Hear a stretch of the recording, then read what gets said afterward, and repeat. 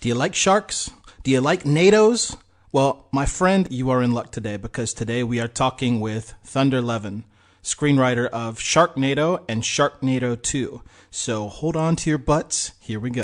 Welcome to the Indie Film Academy podcast, where it's all about learning how to make and market your independent film online. And now your host, Jason Buff. Hey everybody, welcome to the Indie Film Academy podcast. I am your host, Jason Buff, and today we're going to be talking with Sharknado and Sharknado screenplay writer Thunder Levin. Thunder is a really cool guy, and we had a great time talking.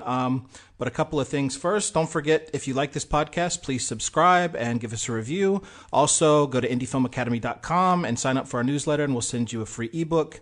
Our show today is being brought to you by our friends over at printdirtcheap.com. If you need anything from cards to catalogs, banners, posters, whatever it is, anything printed, go to these guys and they will give you an awesome deal. And on top of that, if you put in the code IFA podcast, they will give you an additional 20% off. So check that out. Anyway, let's get going. Here's our interview with Thunder Levin. I was wondering if you could talk for just a second about your experience when you first got into Los Angeles and what your expectation was versus what you actually found.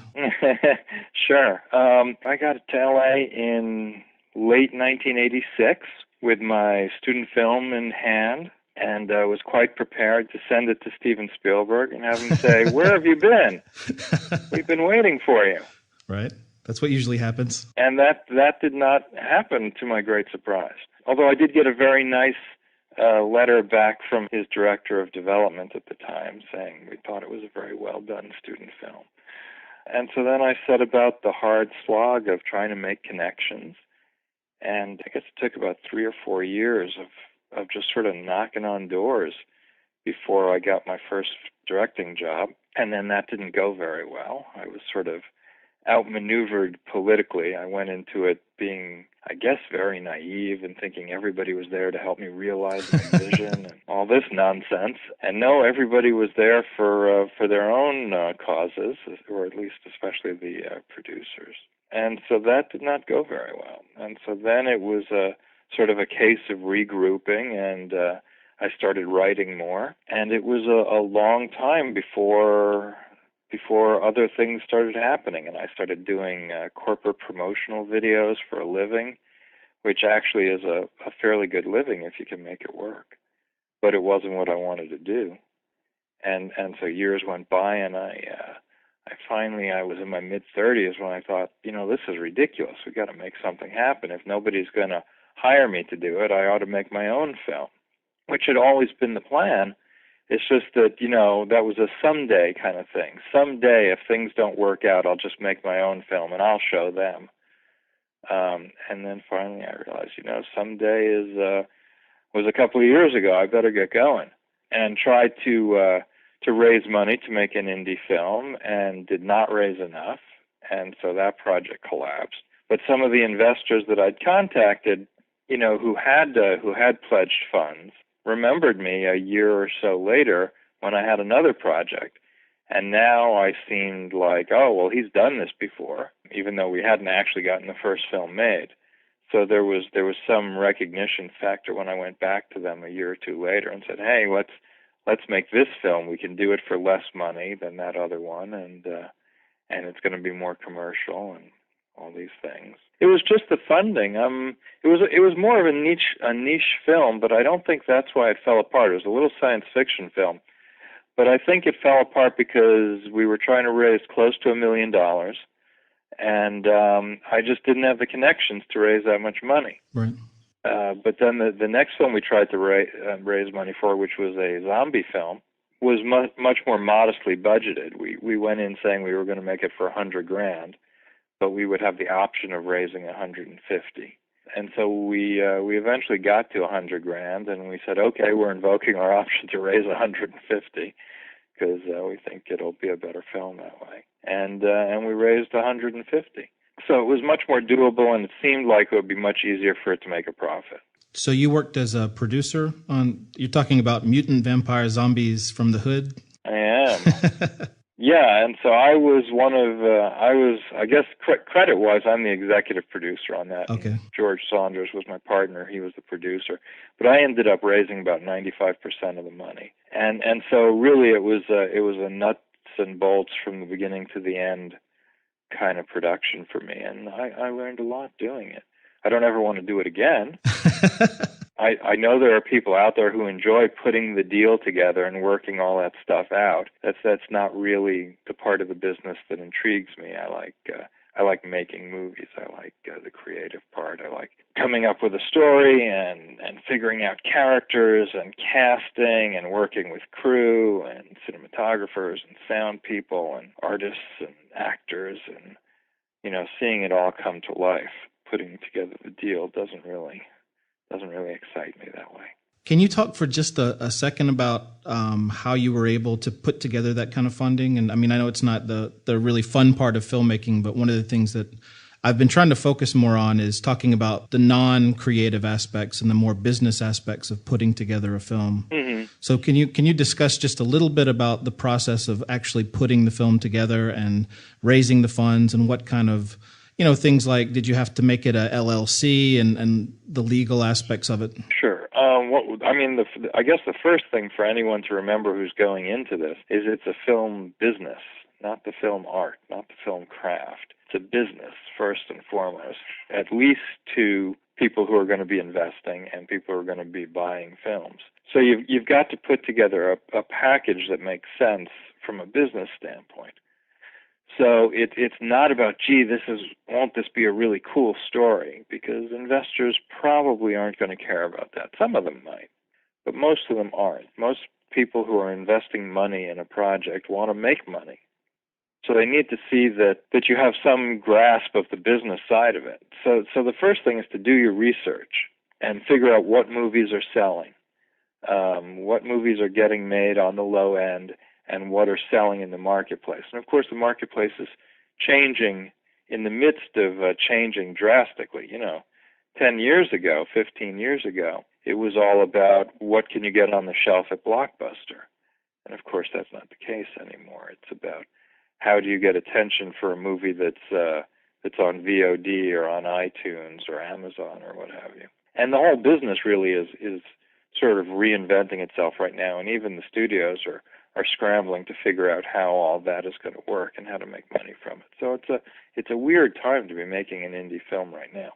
But what we did was we put together a business plan. And the things we had to include in that were how is this film going to make money? What's the physical process? We're going to form an LLC, a limited liability company. The investors are going to be the limited members, and the producer and I were the general members, which meant that the investors would only have their investment at stake. They couldn't be touched for any losses beyond the money they put in, but they would have no particular say in running the company. And George and I would run the company. And our investment would be sweat equity, the effort we put into making the film. And so then we put together this business plan that listed movies that we thought were similar to our film, and we did research on, what is the low end that these investors can expect to make? So we did some research on similar movies that hadn't done so well, and how much money did they make? How much money did they spend? What's the high end? And of course, at that point, what we were all pointing to as the high end was the Blair Witch Project, which had been made for $60,000 and made $100 million. And of course, you fill it with caveats like it's unlikely that the film will achieve that kind of success, and your money is at risk, and you could lose everything, and you keep saying that over and over again to protect yourself legally. But at the same time, you have to paint a rosy picture, or else why would anybody invest in your movie? And what is it about our film? What elements of our film make it likely to succeed? So, zombies were hot. So it was a zombie film. We would guarantee that we would get at least one named star in the film. it would be shot in 12 days on $150,000. So the financial risks were very low compared to the potential rewards, things like that. And basically, we did some research online, and we talked to other people who had done this before. And there are business plans out there that you can get a look at. And we synthesized the best elements from a bunch of different business plans that we looked at. And we got distribution charts from the Hollywood Reporter and from Box Office Mojo and a bunch of these other things to show how similar films had performed. We put together a budget. We put together a cast list of the kind of actors we thought we would be able to get for the money we had. We put together a schedule of how the investors could expect to see things proceed. So, okay, once all the money is in, it'll take this long to prepare and cast the film, and this long to shoot it, and this long to do post. And from the time it's finished in post until the time it's out on DVD will take about this long. And once it's out on DVD, how long do we expect it to take to recoup its money? And then, of course, there was the business side of the way we structured it was that all funds that came in from sales of the film would go to the investors first. We wouldn't get anything until the investors had recouped 110% of their investment. So that was sort of their protection, that we weren't sort of, going to run off with the money or anything. The investors had the rights to audit the books, things like that. Okay.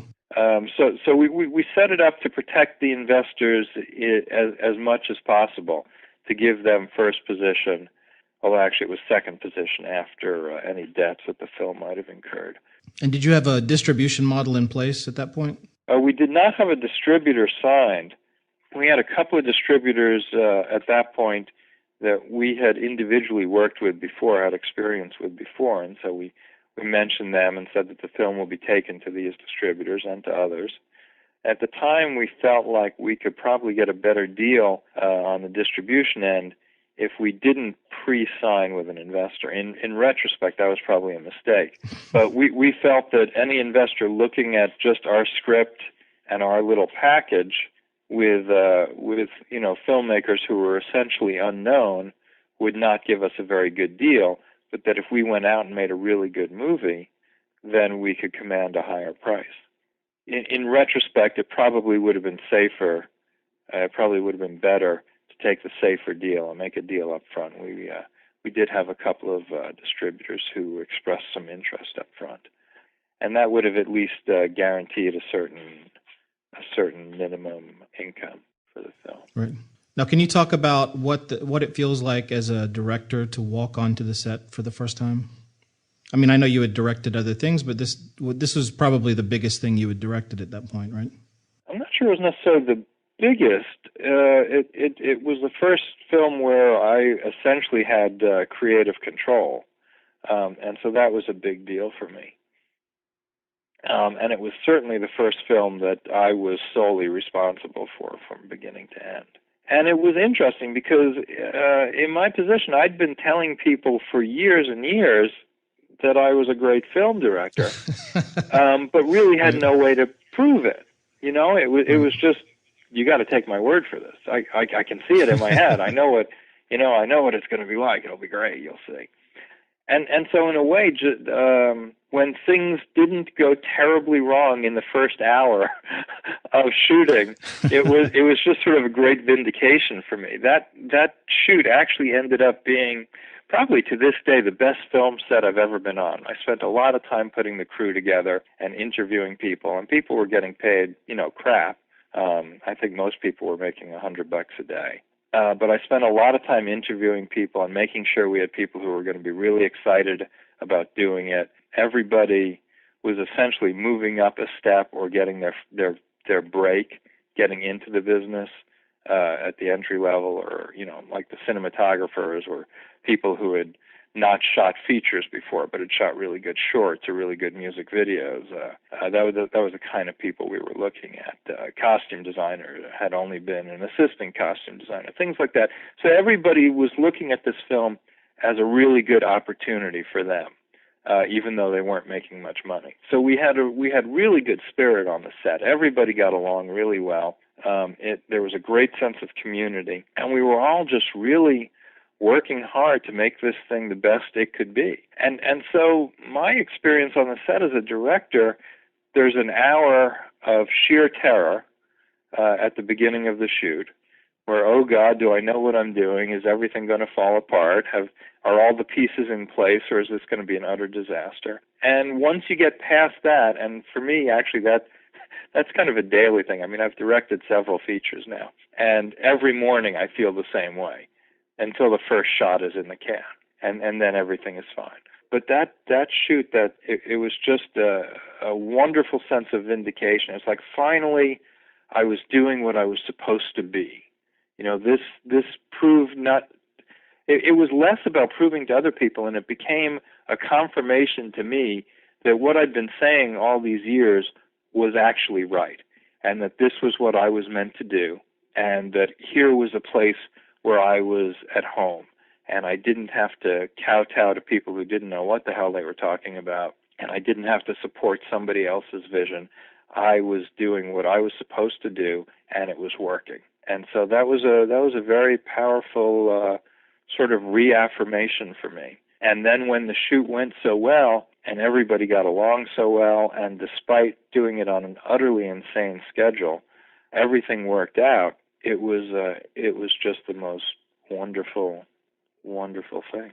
And to this day, I'm very proud of that film. I mean, you know, it's a low-budget zombie horror comedy, and it's silly, and it's, you know, it doesn't look like $1 million, but I'm really proud of it. For what it was, I think it was a great film, and I would put that up against Shaun of the Dead or Zombieland any day. It doesn't have quite the production value of Zombieland, but I think the characters are just as engaging, if not more so. I think the story carries you along. Very few people have really seen it, but the comments that we see on the various internet forums, when people actually do watch it, I'd say 95% of them really get into it. All the comments we've had have been very positive. So it was a great experience from beginning to end, except for the fact that it hasn't turned a profit yet. Now, as a Spielberg fan, how was it? Was it kind of cool working with C. Thomas Howell? Did you ever talk to him about what it was like working on E.T. or anything like that? Yeah. We had a few conversations about that. Tommy has stories about everything, because he's not only has he been in the business since he was a kid, but his father and even his grandfather, I think, were both in the business as stuntmen. So he grew up in Hollywood, and he has a lot of great stories. And I remember one that he was talking about was that Spielberg had a trailer on the set that was filled with pinball machines and video games and stuff. And so you know, in between shots, the kids were all in there, and it was basically like their own portable arcade, and they just had a blast playing games while the crew was, you know, setting up the next shot. Now, when you get on a set, who are the people that you're really relying on, that you kind of lean on throughout the day? Right. Well, for me, the main collaborator on a film is the cinematographer. To me, that's the most important working relationship on a film for a director. The other one, of course, is the first AD, because he's the one who really runs the show. A lot of young directors from films coming out of film school, or just, you know, people who want to make movies, they don't realize just the extent to which they are not in charge. The director, especially a good director, if he knows what he's doing, he will allow the first AD to do his job, and his job is running the set. And you know, you need to have your vision. You need to know what you're doing and what's coming next, and be able to express that clearly. But the first AD is the one who's really sort of directing the troops. And if he's good at his job, if the first AD is good at his or her job, it frees up the director to not have to worry about a lot of that stuff, and to focus on working with the cinematographer and working with the actors. And those are for me, those are the key relationships. The cinematographer is going to be translating your vision onto the screen. So you have to have a good relationship with your DP. For me, I've always started working with my DP at the very earliest stage that I can. I'd like to have my DP in the room when we're doing storyboards, if I'm doing storyboards. In fact, for me, the best situation is if my DP is also an artist and can do the storyboards himself. So we'll sit in a room and we'll go through the script, and I'll block out my vision and what I think the shots will be, and I'll describe them to him, and maybe I'll draw stick figures. And then if the DP can draw, he will do storyboards, because I can't draw to save my life. So I'll draw a stick figure of what the shot should be, and then he'll look at it and go, what the fuck is that? And I will explain it to him, and he'd say, oh yeah, it'll look like this, and he'll draw it out. Or we'll have a storyboard artist in the room with us who will draw it out. And then maybe the DP will make a suggestion. Well, what if we did it from this slightly different angle? Or what if we move the camera here? I like to collaborate with my DP as much as I can, so that really the way the film looks becomes kind of a shared vision. And that way when we get on the set, I don't need to explain anything. He knows exactly what it's supposed to look like, exactly where the camera's supposed to go, exactly where he wants the lights to go. So I don't need to worry about explaining that to him. All we'll need to do is adjust for, those situations where the location or the set requires that something be changed from what our original plan was, and then we'll figure that out together. And then he can worry about all that, and I can go work with the actors on their performance and their blocking and so forth. So for me, the most important relationship is between the director and the DP. Then between the director and the AD, that's got to be a working relationship. You're not too concerned about a creative relationship there, but you've got to be able to get along, and he's got to be able to understand the way you work. If there's friction between the director and the first AD, things tend not to work very well. And I've experienced both of those, where I've had really great relationships with my AD and not so great relationships. And life is a whole lot better when the director and the AD get along. And then the other key relationship on a set, and this was something that maybe surprised me a bit in the early days, was the relationship between the director and the star, especially in these low-budget films where you have just one name actor, and that actor has a lot more clout on set than some directors might like, because probably he's the reason your film got funded, and he's the reason your film is going to get distributed, and he knows that. So having a good relationship with your star where you're both working towards the same vision is really crucial, because if you come into it with different visions and he's pushing to get it his way and you're pushing to get it yours, and he has a certain level of control, because you can't physically make him do something he doesn't want to do, that can become an awkward situation too. So making sure that you and your star are on the same wavelength, and that you both see at least his character the same way, can be very helpful. And the star can become a great ally too, because on a low-budget indie film where you're trying to shoot the film in 10 or 12 or 15 or even 20 days, you really don't have time to do the kind of dramatic work with the actors that you'd like to do. And so your star, if he really understands his role and you guys are on the same page with it, he can then become a very helpful force for working with the other actors as well. Because one would expect in an indie film, especially in a B movie where you tend to be casting someone in the lead who's probably already had a career and has been doing it for a while, because those are the people who will sell a low-budget movie.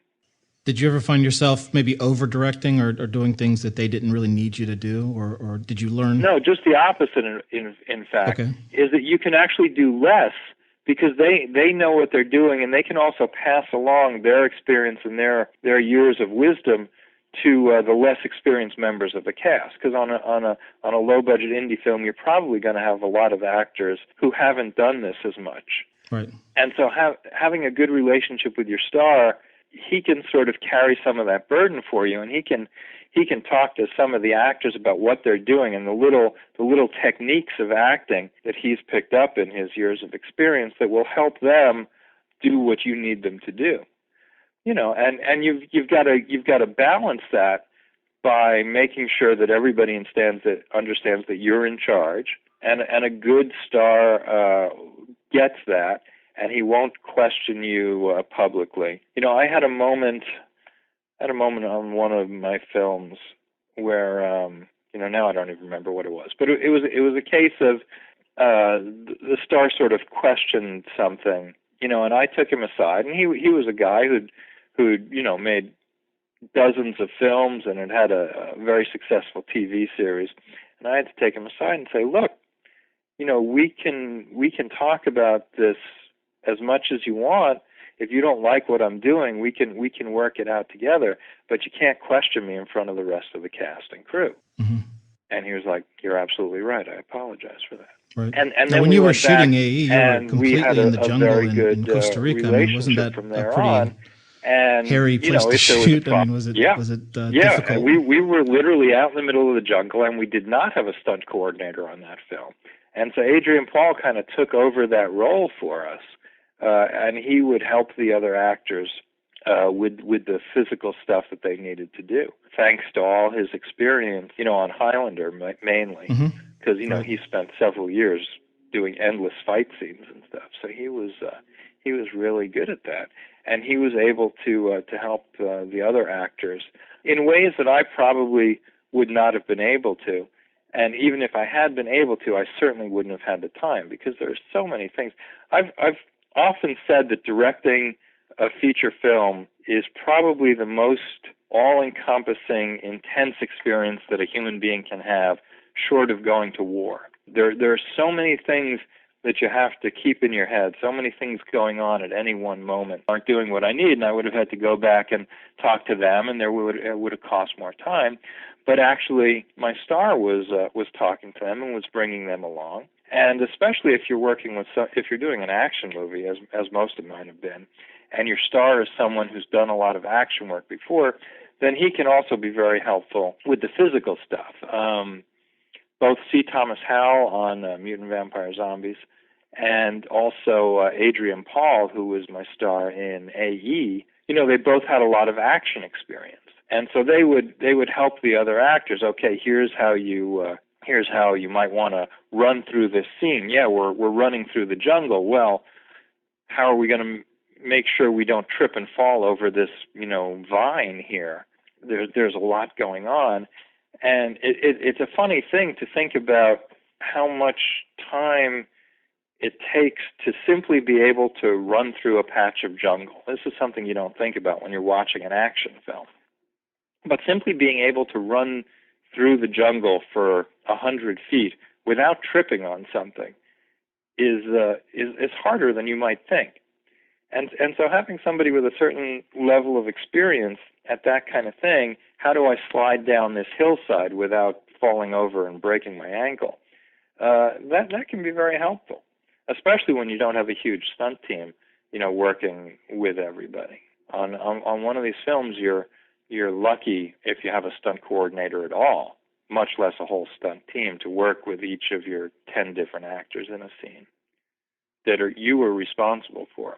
That it can really get overwhelming, and you tend to develop tunnel vision to a certain extent. And I know it happens for me that I am totally focused on the moment we're putting in front of the camera. And if somebody asks me about another moment in the film, I'm like, what? Huh? There's another moment?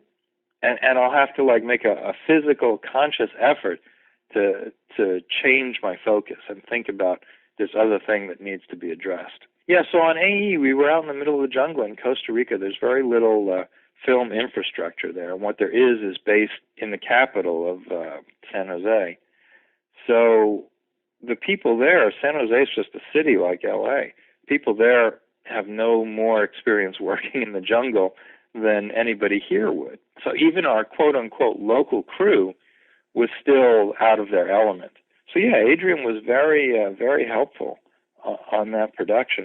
It was great working with him. Now, why was the decision made to shoot in Costa Rica? Is that just because of the screenplay, or was there some sort of financial incentive for shooting there? That was actually a weird situation. That decision was made by the partners at the Asylum. That was an Asylum film. And they had shot several films in Belize, which honestly is where I expected to shoot the film. But they wanted a different look because most of their jungle films have been shot in Belize. And so they started looking around at different places where we could shoot a jungle film. And we were talking about the Dominican Republic, too. And we were talking about Puerto Rico. And I was kind of interested in Puerto Rico because I had another project, an indie project, that I'd been developing that I thought we would probably shoot in Puerto Rico because it needed both jungle and a Spanish colonial city. And so you got both of those in Puerto Rico. Plus, they speak English. Plus, it's close to U.S. There are no import restrictions or anything because it's part of the U.S., and it's so close by plane that you could fly equipment in and stuff. So Puerto Rico was interesting to me. But they decided that Puerto Rico was probably going to be too expensive, and I think there were union issues there, too. So they were looking at Dominican Republic, and then Panama got into the mix. And then finally, the decision to shoot in Costa Rica, oddly enough, was made for two reasons. One was that one of the partners at the Asylum, his father, I think, owns a house in Costa Rica. And so somehow that made it better. I guess they just had a connection there. And then they got in touch with a local production company in Costa Rica who kind of sold them on shooting there. And as it turns out, it might have been a mistake because it turns out that Costa Rica is not an inexpensive place. And we were there during prime tourist season, and there was no local crew in the jungle. So even the quote-unquote local crew we were hiring all had to be transported from San Jose. They all had to be put up in hotels. Normally you think, well, we're going to hire a local crew. They'll just be living at home, and they'll come to the set every day. But it wasn't like that. So the expense of shooting in Costa Rica, and everything's very expensive there. It's not this third world, country where you can hire labor for 10 cents an hour or something. What little film production there is there was mostly TV commercials, right, and actual Costa Rican television programs. So they were all used to working sort of a normal day in a studio setting and getting paid decent rates. Mm-hmm. And we were coming in with this crazy low-budget film that was going to be shot out in the middle of the jungle, and we wanted people to work for what to them was very little. And so Costa Rica actually was a wonderful place, but from a production standpoint, it actually kind of worked against us. And it ended up costing a lot more than anybody expected. But it was beautiful. When you're shooting in the jungle, how do you scout out locations? Do you just kind of say, okay, well, here's a river and we can shoot it like this? I mean, are you shooting it kind of in the same area, or do you have like a location manager there that's dealing with that sort of thing? It's funny. We didn't have an actual location scout. We hired a tour guide who basically took people, just tourists on tours, and we hired him to show us all these places. And so during pre-production, he took us around. We needed a waterfall. We needed a river. We needed dense jungle. We needed an open clearing. So he took us around to a bunch of waterfalls and rivers and things like that he knew about. But yeah, we had to get it all in one basic area because we couldn't afford time-wise or money-wise to be traveling all around the country. And we were fortunate. We found this, I guess it was a plantation. I guess it was I'm not sure it was a coconut plantation. I forget what they were growing there, but there was this plantation where part of it was cultivated and then part of it was just wild jungle. And they happened to have a cave, which we needed, and there was a river on their property. And so we talked to the owners of this land, and we were able to end up shooting about 80% of the film on this one plot of land where we had most of the things we needed. And that really saved us, because before we found that, we were going to be moving around constantly, and that would have just cost way too much time getting to new locations each day and setting up all over again. And the producers kept saying, well, it's a jungle country. Just pull over to the side of the road and shoot. And it was like, no, you can't do that. For one thing, at the side of the road, the jungle was so dense that you literally couldn't get into it. You would have had to hack your way in with a machete. You want the actors to appear to be running through dense jungle, but it's virtually impossible to get your equipment in and shoot that way. So you need a place with paths and roads and dirt trails and stuff where you can get to places that look like they're in the middle of the jungle but are actually easily accessible. And where are 50 people going to sit down and have lunch on their break? And how are you going to run electricity in? And where are you going to lay dolly track and all this stuff? So shooting in dense jungle is pretty tricky. But we were lucky in that we found a lot of beautiful locations very close to each other. But the days where we had to move and go to a different location, like we did for the waterfall, it was pretty hairy. And finding all these things, because they were widely spaced, was tricky too. But it all worked out.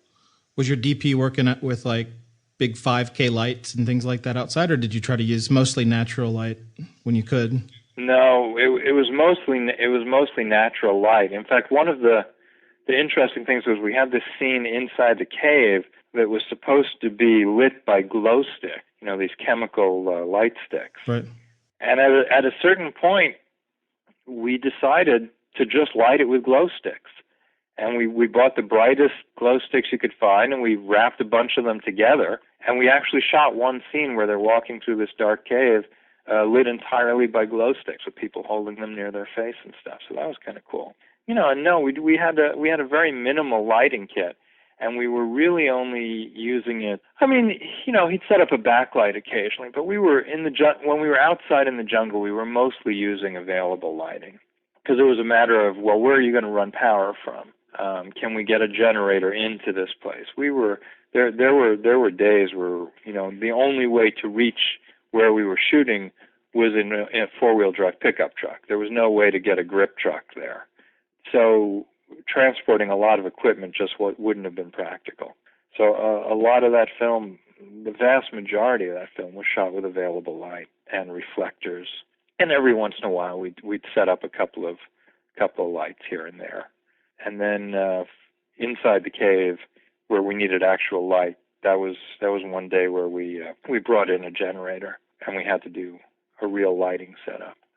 And then there was some stuff that we actually shot in the city. There were sets and buildings and so forth. And those we had lighting. But that, we weren't in the jungle there. We were in a controllable situation. Now, can you talk for a second about how you developed a relationship with the Asylum and how you first met David Lott and those guys? That was a very slow process, and it wasn't intentional. I met David Lott before the Asylum existed, basically. I had a day job that I won't even mention what I was doing because it's so embarrassing. But while I was there, I made friends with this woman who was a talent manager. And she knew David. I don't really know how she knew David, but she knew David Lott. They were friends. And so eventually she introduced me to him, and we started talking. And nothing came of that. This is actually, I think, one of the most important lessons for somebody coming out to Hollywood to try and get into the business is to just meet as many people as you can, because you never know what's going to turn into a great connection. So I met David Lott, and I just knew him. He was just somebody I knew, and we would talk every once in a while when we were visiting with our mutual friend. I didn't really time with him on my own, per se. I mean, my girlfriend and I were invited to his wedding. And on and off over the years, we'd be in contact. Maybe we'd go to parties, the same parties occasionally, because we had mutual friends. I ended up, the friend who introduced us ran a co-ed softball team, and David's wife played on the team, and I played on the team. So we were just in contact on and off for years. And when the Asylum started, I think it was called something else, they were actually doing art house films. And I talked to him on occasion about trying to get something going, and it never really amounted to much. And I guess I was just, that friend of Donna's who wants to be a director. Right. And so I don't think he really took me terribly seriously. But then once I made the zombie film and I could actually show him something, I could say, here, look at this. I can do what I've been saying I could do. And he looked at it, and there was a movie proving that I could do what I said I could do. And he couldn't sort of ignore that anymore. And by then, the Asylum had sort of become this low-budget film factory where they were churning movies out in large numbers, and they had plans to expand and make even more films. And they had just hired a new director of development to guide that process when I made the zombie film. And he said, okay, this is pretty good. I will put you in touch with my director of development. And, when he puts out a call to writers for script ideas, you'll be on the list. And so we went through a few different scenarios where I got an email from the director of development saying, hey, we need some ideas based on this concept. And there were a few where I pitched ideas and nothing ever came of it. And then finally there was they were going to do a knockoff of Fast and the Furious 5, I guess. And I was into cars and street racing and so forth. And so I pitched them my idea, and they went with it. And it just sort of, we developed a relationship from there. And I wrote that first script for them. I wrote that in 10 days because we spent a while talking about the story. And by the time they finally approved what the story was going to be, they called me into the office and they said, okay, we want you to write this for us, but we need the script in 12 days. And I was like, I've never written a script in less than 2 months before. But okay. And what's worse is that it was right before Christmas. For some reason, I always seem to be writing scripts for the Asylum right before Christmas. And I had a Christmas party planned. And so I lost a day and a half, 2 days, shopping and getting ready for this party. So I really had to write that script for 200 miles per hour in 10 days.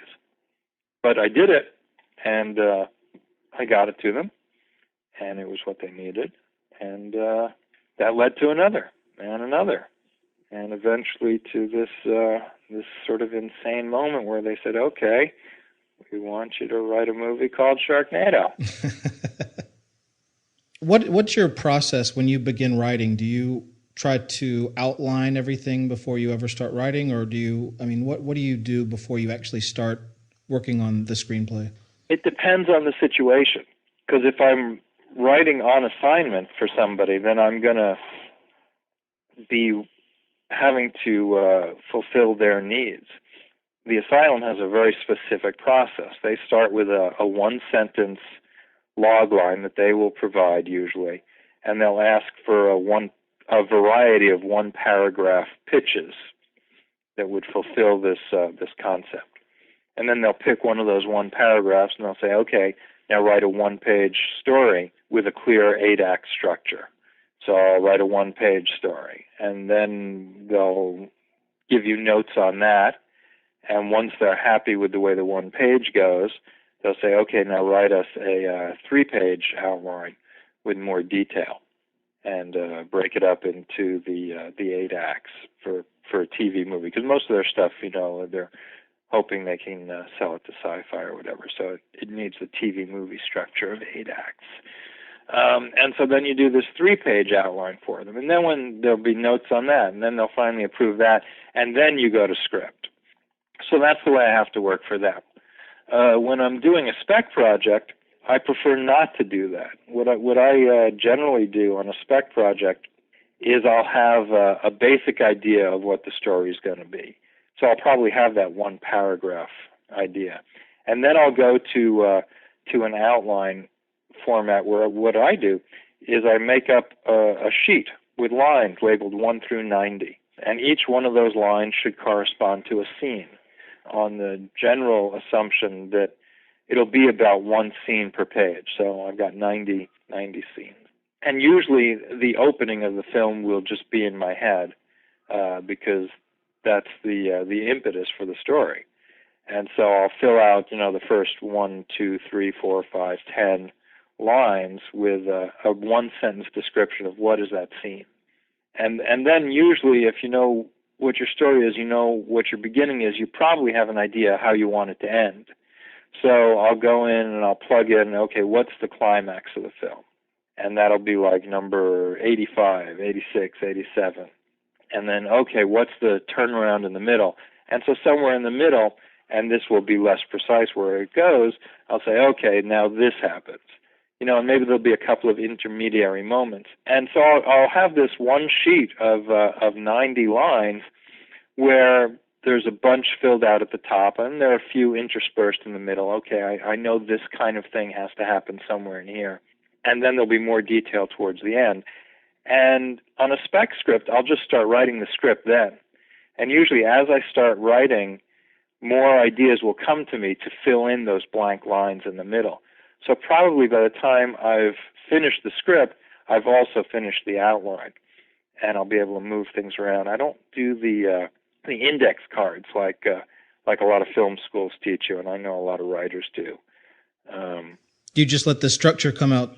I like this. I like this outline because I want the structure in front of me. I want to physically see it all in sort of one gaze, one glance. Okay. So it's having it fit on one sheet of paper, or sometimes two sheets of paper taped together. I like to be able to see the structure of the film in front of me.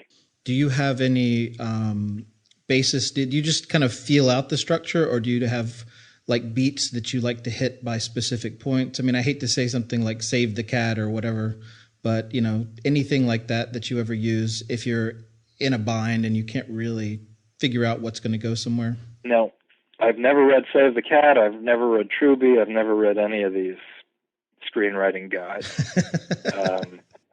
In fact, it's funny because I've been talking to a film school about possibly teaching a class for them, right. And I want to teach a directing class, but because of Sharknado, of course, it's to their advantage to have me teach a screenwriting class. And I keep telling them, I don't know anything about screenwriting. I just sort of do this instinctively. Right.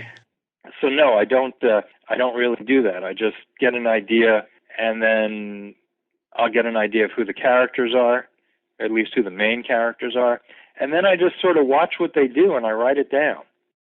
Do you have any tricks for characters, or like how do you keep characters consistent and really develop your characters? I really don't know how to articulate how I do that. It's just, I just put myself, maybe I'll put myself in the head of the lead character and try and put myself in that place and say, okay, what would I do if I were this person in this situation? And then for the bad guy, I'll think, okay, what wouldn't I do? I don't know. I really have never analyzed it.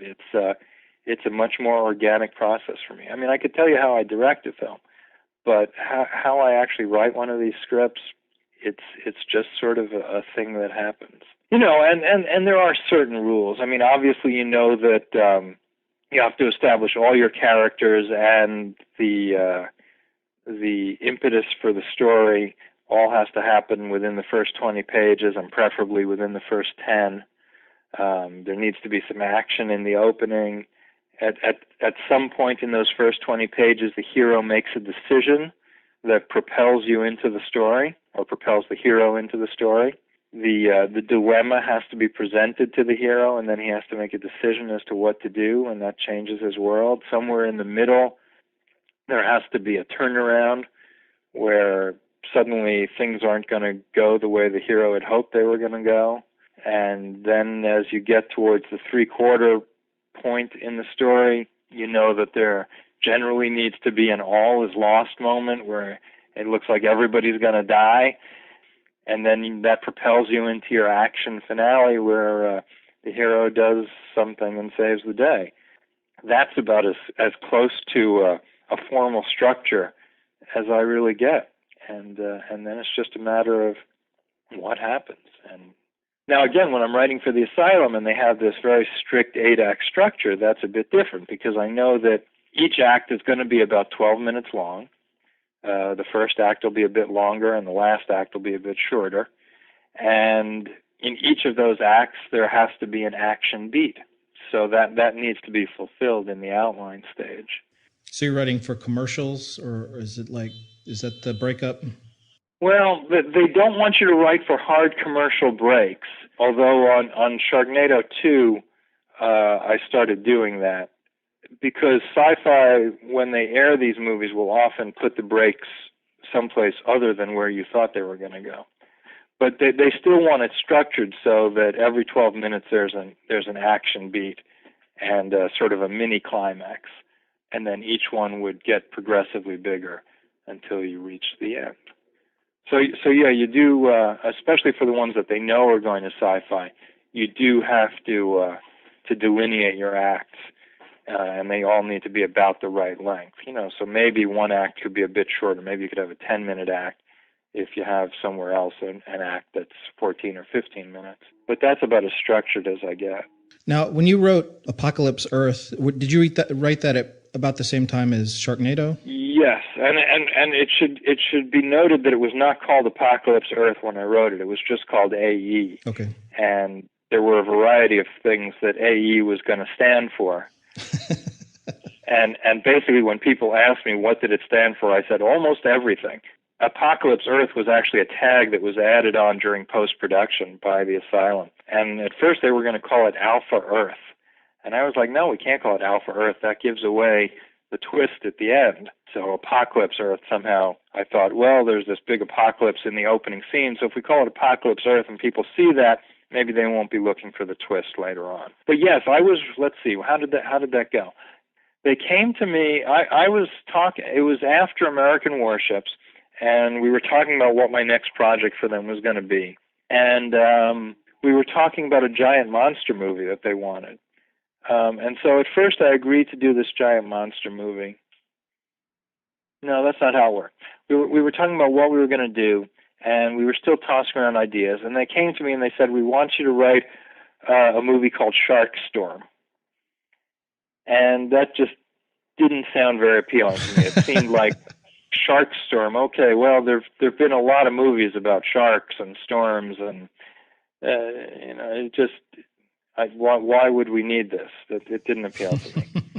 So I said no, and we kept talking about other projects, and we started talking about this giant monster movie that they wanted to do, which I guess was going to be a mockbuster of Pacific Rim.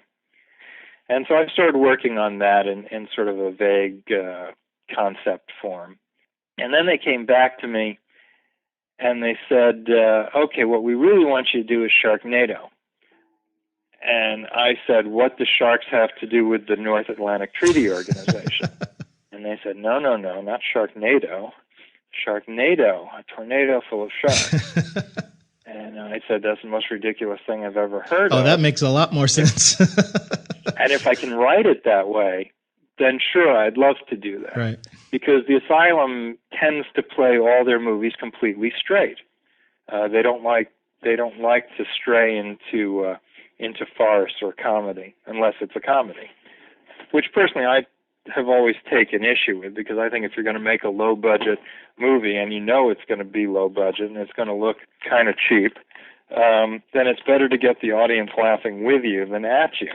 That was certainly the approach I took with Mutant Vampire Zombies from the Hood. And so when they said Sharknado, I was a little concerned that they would want to play it completely straight. And I just didn't see how you could take a movie called Sharknado and play it completely straight. And they said, no, we understand it's called Sharknado. There's going to be a certain tongue-in-cheek element to it. And so with that comforting thought, I agreed to do it. And originally I was supposed to direct it. And so I guess this would have been the summer of 2012. And so the outlining process went pretty smoothly. And then the script, writing the first draft, went very smoothly. And it was done in a relatively quick period of time. And there weren't a lot of notes. And it was just done. And I was going to direct it, except that I'd felt a little burned on American Warships, because I thought what we had done on set was really a good movie. And then I thought the visual effects, which we'd really been depending on, kind of let us down. And if I'd known their process a bit better, that was the first film I directed for the Asylum. And if I'd really sort of known a bit better what we were going to be dealing with, maybe I wouldn't have left the film so dependent on the visual effects. And so I was looking at the script I'd written for Sharknado and thinking, there's just no way. There's just no way that this can be done on the kind of budget they're talking about. At least I don't see how to do it. I could do it for $20 million. Maybe I could do it for $10 million. It's really a $100 million film. And so I sort of shied away from directing it because I didn't want to be in that position again. Because even though the script had this tongue-in-cheek element to it, I didn't want to be unintentionally bad. You know, the stuff that was going to be cheesy had to be where I intended it to be cheesy. I didn't want to be in a position where I just didn't have what I needed to make it the way I wanted it to look. And at the same time, I had been getting utterly enthralled with Game of Thrones. And I had this sort of craving to create a whole world. And I've always been a science fiction guy. So I went into the director of development and I said, look, you know, we've got this Sharknado and I'm supposed to direct it, but the truth is what I really want to do is make a movie where I can create a whole world and have a society in it and just sort of build something from the ground up, a whole alternate reality. And he said, well, we've got this project that it's the one-sentence description is a group of refugees from Earth have to survive on a hostile alien planet. And that just sounded perfect to me. So I said, yes, I'll do that. And so I started writing that, and that would have been, I guess, September of 2012. And so I wrote AE. And as that writing process was going along, they scheduled the shoots of AE and Sharknado for exactly the same time. They were both going to shoot in January. And so I was forced to choose. And at that point, I decided to do AE. I wanted to do this science fiction film in the jungle. And so I said, you know, I respectfully withdraw from Sharknado. I hope somebody else makes it work. And I'm going to go off to Costa Rica and shoot my science fiction movie. And in retrospect, I don't know if that was the stupidest thing I've ever done or not. You know, because if I had written and directed Sharknado, then I would be the one getting all the attention for it. And maybe I'd be hailed as this great genius. Whereas now Anthony and I are splitting the attention for it. But at the same time, you know, you wonder maybe things went the way they were supposed to go. And maybe it wouldn't have worked if I directed it.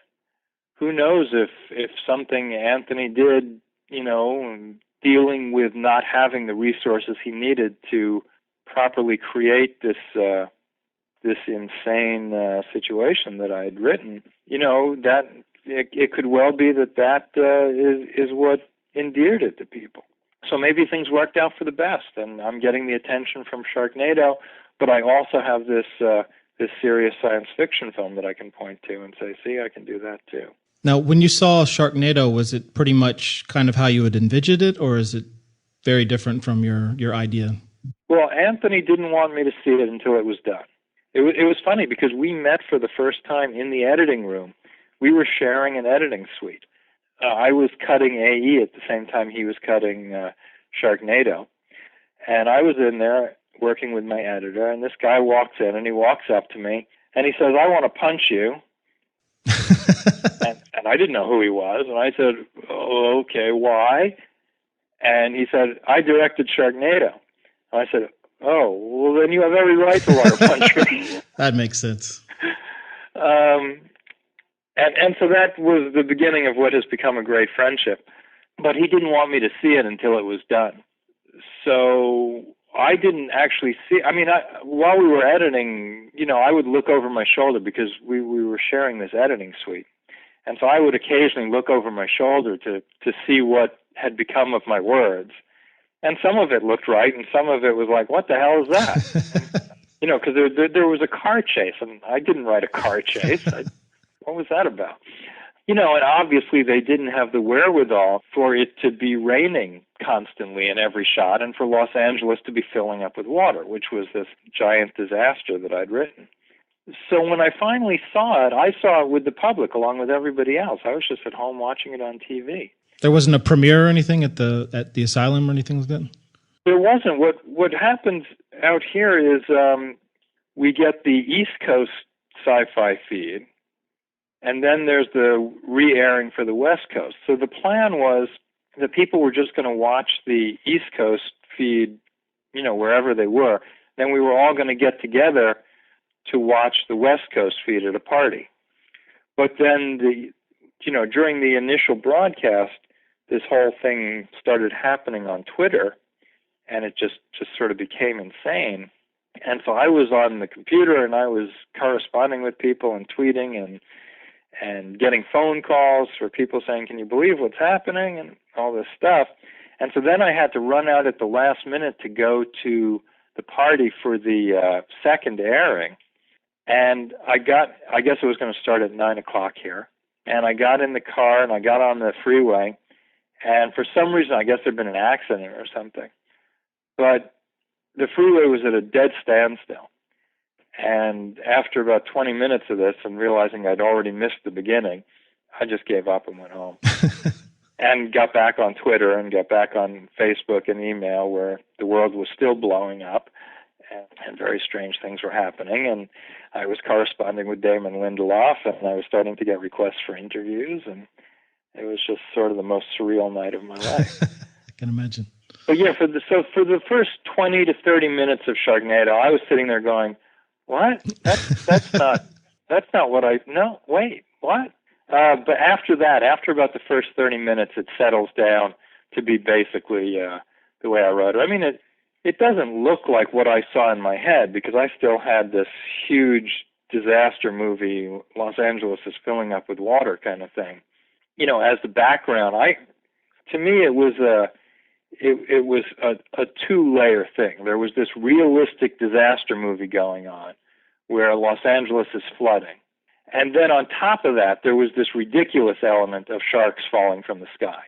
And so obviously the realism of the disaster scenario was not achievable on the budget they had.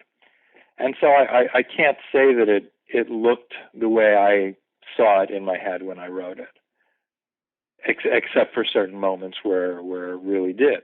But on the whole, I was a little frustrated that they couldn't really achieve that kind of level of destruction and disaster. But still, that they kept to my script from about the 20 or 30 minute point on, and I was no longer going, "Wait, I didn't write that." Anthony changed a fair amount in the opening. Do you think they carried off the tone that you had, the kind of comic tone, but not like the actors took it seriously, but they were within a world that was kind of chaotic or absurd in a way? Yeah, I mean the tone was what I intended. The production value was where it wasn't what I had envisioned. But one of the reasons that I ended up not directing it was because I knew there was no way to achieve what I had in my head. So I think it all worked out for the best. Now, you guys went back and making Sharknado 2, was the process completely different now that you had all this success with the first one? Yes. It was interesting because the first one, nobody paid any attention to me. The story outlining process, there were a few notes, and then it was like, okay, go ahead and write it. And then the first draft of the script, the Asylum had a few notes, which I addressed. Then Sci-Fi had a few notes, and then it was done. And, nobody thought anything of it. It was just this ridiculous little movie. By the second one, of course, it had become this phenomenon. And so everybody had their eyes on it. And every little thing that I did was being examined by, half a dozen different people who all had to have input on it. So it was a much more political process getting the second script done. And of course there was a lot more writing on it, because the first one nobody thought anything of it, and the second one suddenly suddenly it was going to become this franchise if we didn't screw it up. So there was a lot more pressure, there was a lot more eyes on, and the whole process took a lot longer getting the script done. Now, what does it feel like when all of a sudden people are, noticing you and wanting to interview you, and you get all this recognition? How does that feel? Is it a good feeling, or is it does it give you anxiety or? No, the only anxiety has happened in the last couple of months, where somehow my home address got out on the internet, I guess. And so I've been getting fan mail at home, and that's a little disturbing. Fortunately, it's all been good. There haven't been any death threats or anything. but the fact that somehow my address got out there, that makes me a little bit anxious. Right. Other than that, it's just been wonderful. I came out to Hollywood expecting to be the next Steven Spielberg and imagining something like this, but imagining it happening 20 years ago. And so after years of struggling in anonymity, while I still hoped for a level of success and public appreciation, I'm not sure I necessarily expected it anymore. So when it finally started happening, it's just been wonderful. But I had been, sort of preparing myself for this kind of career, for 20 odd years.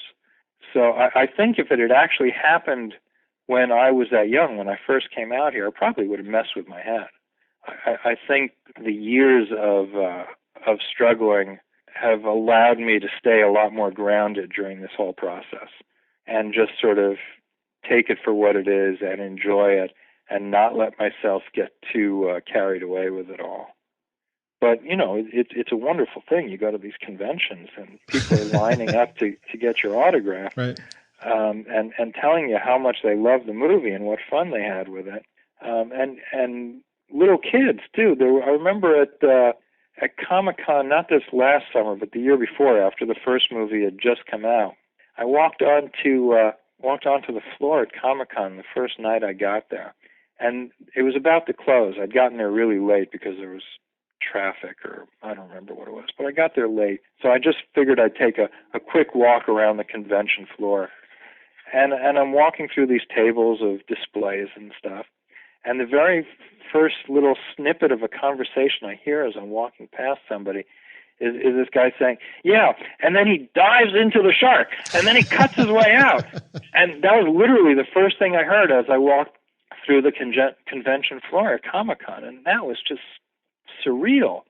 And then the next day we were doing this poster signing, and we'd been signing pretty consistently for like half an hour, and I was kind of surprised that people were still coming. And so I took a break and I went out to look for the line to see where all these people were coming from. And I couldn't find the line. All I saw was the big, crowd of people filling the hall. And then I realized that was our line. And they were actually lined up out the door to get these posters signed. And mind you, Ian and Tara weren't even there. It was me and Anthony and Jason Simmons and one other cast member, I think.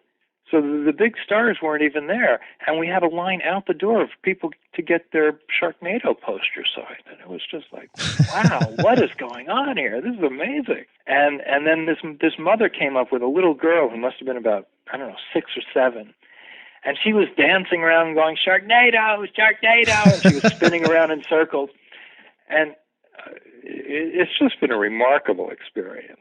And it's just really wonderful to see that people have gotten into it like this and have embraced it in the spirit that we intended. Just a wonderful feeling. Well, it's funny because my son's completely obsessed with tornadoes right now, and his favorite movie is Twister. He's 6 years old. Okay. And last night I had Sharknado on, doing a little bit of research. And I was like, son, this is a tornado, but it's a tornado with sharks in it. And he just about lost his mind. He was like, what? And that was the first thing he said this morning. He's like, Dad, can we watch Sharknado? And I was like, after school, maybe. It's, we'll pick a time. I'm sorry. So I had one more thing that you had mentioned something in an interview before that's kind of a different topic. And I just wanted to ask you this real quick and then let you go. You had said that If you could do things all over again, you would have made a feature film a lot earlier in your career. And I was wondering if you could just talk a little bit about that. Well, like I said, it had always been in the back of my mind that if I didn't succeed, if I didn't get where I wanted to go, following the traditional route of trying to get a film, getting somebody to make a film, getting a production company or a studio to hire me to make a film, that eventually I was just going to have to raise the money and make my own. But I guess I kept putting off that moment because that reaching that decision sort of implied that I had failed up till then, that nobody was going to hire me to make a movie. And so coming to accept that and saying, okay, I'm going to have to take matters into my own hands, took longer than it probably should have. If I had made that zombie movie 5 or 10 years earlier, then the things that came as a result of it would have happened 5 or 10 years earlier. And, hopefully I would be 5 or 10 years further along in my career than I am now.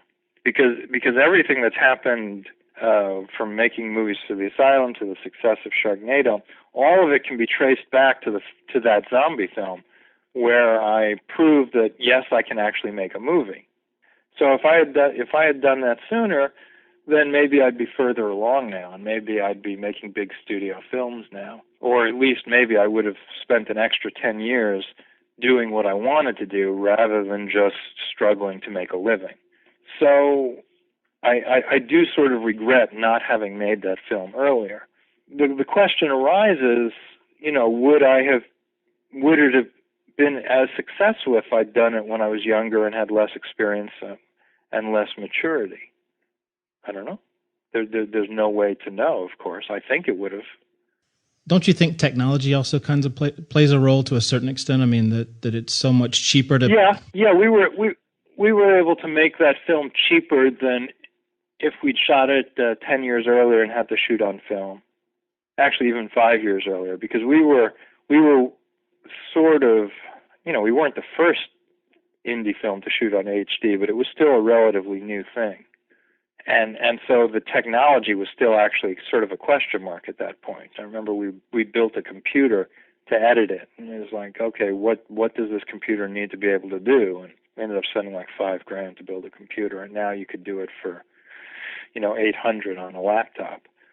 So yeah, it probably would have been more expensive if we'd done it sooner.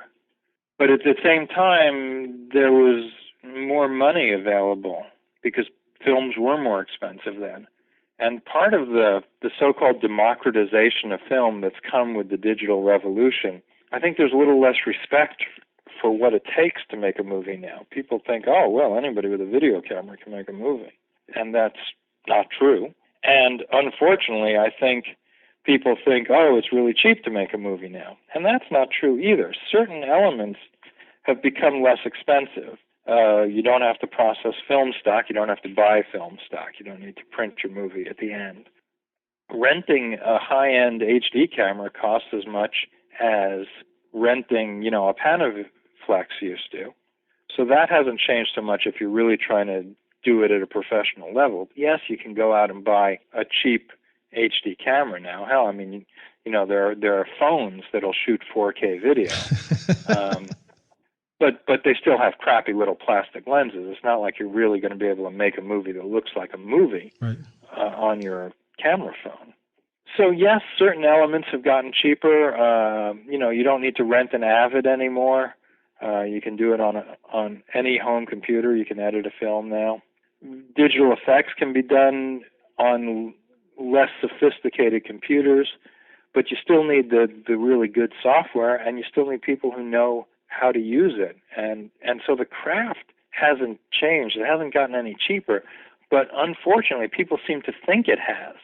And so it used to be that people in the film industry got paid pretty well, and part of that was the assumption that they had a craft that they had learned over many years that was a rare skill, and part of it was the fact that you're not going to be working 50 weeks a year. So you need to be paid enough when you are working to live, in between projects. And one of the unfortunate things that's happened in recent years is people seem to have forgotten that these are still hard-won, hard-fought skills that take a lot of time to perfect, and not just anybody with a computer and an iPhone can do it. You need to know what you're doing. But because of the technological advances, there's a changed perception, I think, of what's involved here. And so people think that they shouldn't have to pay for all this stuff. So you see all these visual effects companies, winning Oscars and then going out of business because they're forced to do things so cheaply. And you see people making films on their iPhone, and then they get surprised when they can't sell the movie to a distributor. So it's been a double-edged sword, I think. And yes, certain aspects of it are a bit cheaper than it used to be. But costs like sets and feeding your crew and hiring actors and hiring crew and putting them up if you're in a different location, or building sets, or finding locations and paying for them, none of the costs of this stuff have changed. Movies are expensive. It's very hard to make a good movie cheap. Every once in a while it can be done if you have a concept that lends itself to that, like, the Blair Witch Project did.